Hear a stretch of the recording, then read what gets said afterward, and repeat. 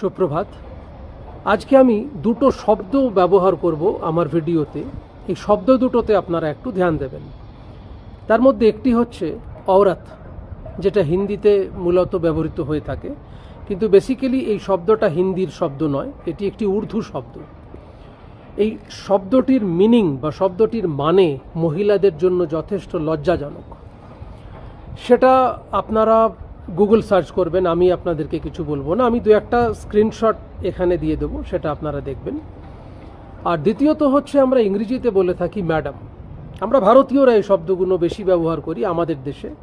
Madam এই শব্দটি কিন্তু ফ্রান্স থেকে এসেছে। এটারও শব্দটা খুব একটা ভালো শব্দ নয়। ফ্রান্সে ম্যাডাম শব্দের অর্থ হচ্ছে মাই লেডি। অর্থাৎ ম্যাডাম আমি যখন আপনাকে সম্বোধন করছি, তার মানে আমি মানেটা আমরা ধরি, তাহলে তার মানেটা হচ্ছে you are my lady. You understand? আশা করি আপনারা বুঝতে পেরেছেন।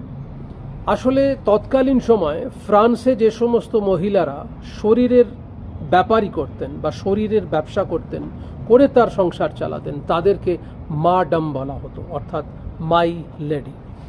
তো এবার প্রশ্ন হচ্ছে যে আমরা তাহলে ম্যাডাম বা औरत না বলে কি বলে সম্বোধন করব। দেখুন, আমরা বাঙালিরা কিন্তু আগেকার দিনে এই শব্দগুলো যথেষ্ট ব্যবহার করতাম বা এখনও ব্যবহৃত হয়ে থাকে অনেক পরিবারে। যেমন আমরা বাঙালিরা বলে থাকি সুপর্ণা দেবী, শান্তিলতা দেবী। এটা কিন্তু আমরা বাংলাতেও বলি। দেবী বলছেন কেন? মানে দেবী শব্দটার একটা ভীষণ গুরুত্বপূর্ণ এবং ভারী কি মানে রয়েছে। হিন্দিতেও কিন্তু ব্যবহৃত হয় এই দেবী শব্দটি।